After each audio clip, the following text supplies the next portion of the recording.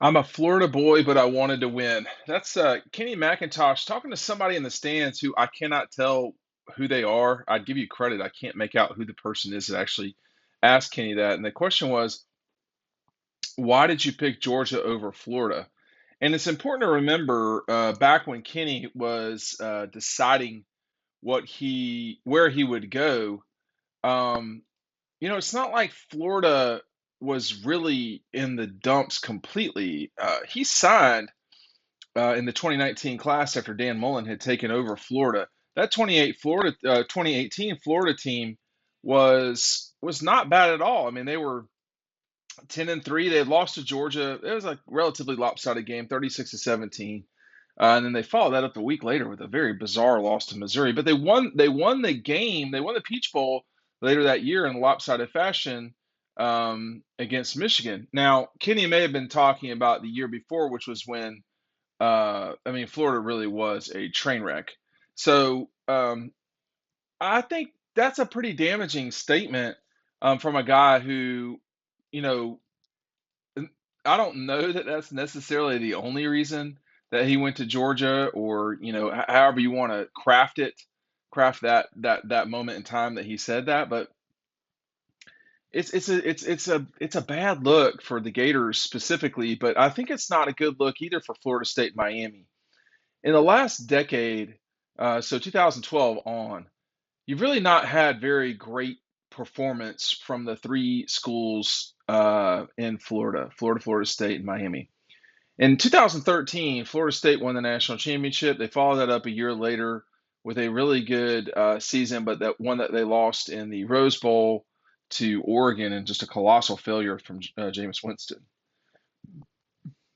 From that point forward, it was all downhill for the Noles. Florida in 2012 went to the Sugar Bowl and got upset by Louisville. And Will Muschamp's program was never the same. Bring in Jim McElwain, who was really good against teams that weren't ranked. A couple of times that was Georgia in 15 and 16. But, by the time Georgia got done with him in 17, his tenure at Florida was over. And it was bizarre, too, by the way.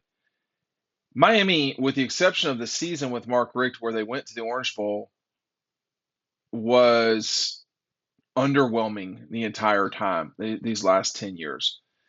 So, guys in Florida who don't really have any loyalties to any of those teams anyway really had no choice but to leave state. And what Kenny's talking about there was the opportunity. Uh-oh, didn't mean to do that. Was the opportunity to win at a big level. Well, that wasn't happening really. Not when Kenny was around. And so it can't be surprising that when you look back at the players and just the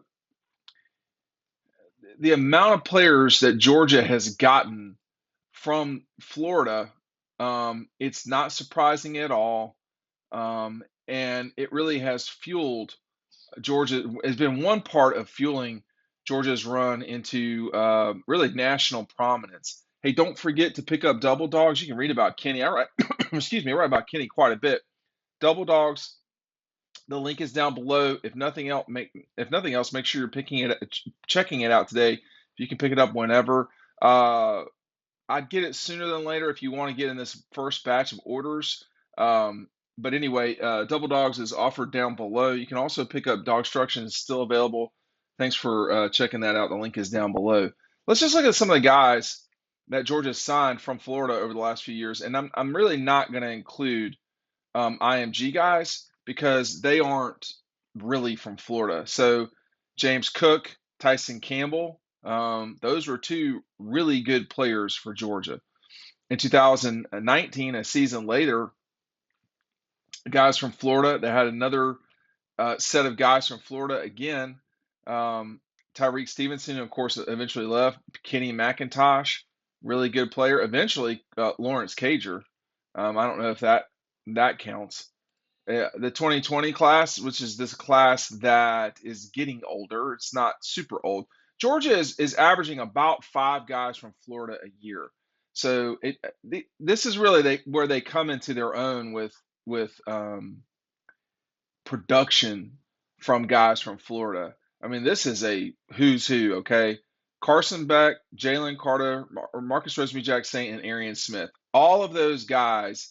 I mean, Beck will likely be the starting quarterback in 23. Arian Smith made one of the biggest plays. I talk about this a lot actually in Double Dogs. One great reason to get it is because of the insight in the Ohio State game and what happened behind the scenes there. Arian Smith, one of the fastest players in the country. Marcus Rosemary-Jack Saint has really come along here lately, and I don't think I need to explain why Jalen Carter was such an important commitment. I do have some insight into Jalen Carter's recruiting one of these days. In a season later in 21, Georgia really didn't go hard in Florida, but last year, um, again with 7 guys, including the IMG guys, but 7 guys from down there: Marvin Jones, Singletary, Everett, Barry Alexander, and Everett are not from Florida, but they went to IMG, so that can also be pretty confusing. But I don't think there's much question that Marvin Jones is going to be a player. So when you look at what Kenny was talking about, the question in the past could have been, why did you leave Florida to go to Alabama? Or why'd you leave Florida to go to LSU? Guys leave because there's better opportunities. Florida has not been a national power, no judgments, since Urban Meyer was there. And that's, what, 12, well, it's really about almost 13 seasons ago, 2009. So it's been a long time since they really were in contention to win the national championship down there. And then everything changed. Urban left. Miami wasn't functional back then anyway. Florida State, with the exception of that really 2-year run, I would say, from Jimbo. Maybe that's not quite a fair assessment of Jimbo's time at Florida State. It was more than 2 years. Yeah, they weren't knocking on the door of a national championship though. I mean, when Clemson's zipping right past you, you don't matter, and that's what happened to Florida State. Now, honestly, that's what's happened to Jimbo. I mean, Jimbo's had one season with fewer than 4 losses since 2017, and that was the Orange Bowl win season at Texas A&M in 2020. So guys in Florida don't have any allegiance to anywhere. They don't care. I mean, the Gators, that's the strongest brand, but there's like a magical line that anything south of, I would say, Orlando, Tampa, there's a magical line that you're really not in Florida anymore. If you've been to Florida, you know what I'm talking about. And anything south of Orlando and Tampa, that's like a whole nother world. I mean, like, it's a whole new state. It's nothing like middle and North Florida. That's what they call Central Florida. I mean, the Gator Triangle is sort of from Tampa to Jacksonville to Tallahassee area. That's where Florida, for a long time, has made its mark. Miami, obviously, in South Florida, and the invisible line I'm talking about. And then the Knowles, they're fighting the Gators too, but they're also coming into South Georgia, Southern Alabama, Atlanta. No one's ignoring Atlanta. And Kenny was just expressing and saying, Georgia, this is my take, Georgia is winning now. Georgia is, why would I go to Miami, which is a private school and doesn't have the resources of the public schools, when they're not winning? Why would I go to Florida when they're not winning in a way that Georgia is? And Florida State's a train wreck. Miami was too. But you're more likely to go to the league if you're playing in the SEC.